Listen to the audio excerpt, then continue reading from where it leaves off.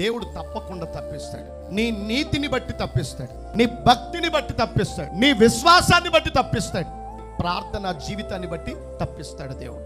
అయితే ఇక్కడ గమనించాలి, క్రియలు లేకుండా ప్రార్థన ఉంటే తప్పిపోతావా? ప్రార్థన ఎంత ముఖ్యమో క్రియ కూడా అంతే ముఖ్యం.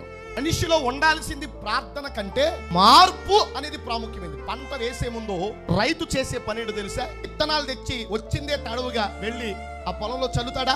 చల్లడు. పొలంలో విత్తనం చల్లాలంటే ముందు పొలం శుద్ధి చేయబడాలి. ఈ రోజు వాక్యం నీలో ఫలించాలంటే ముందు నువ్వు శుద్ధి చేయబడాలి. నీ మాటలో శుద్ధి ఉండాలి, నీ మనస్సులో శుద్ధి ఉండాలి, నీ ప్రవర్తనలో శుద్ధి ఉండాలి, నీ బుద్ధిలో శుద్ధి ఉండాలి. శుద్ధి అనేది నీకు లేకుండా బుద్ధి అనేది నీకు రాదు.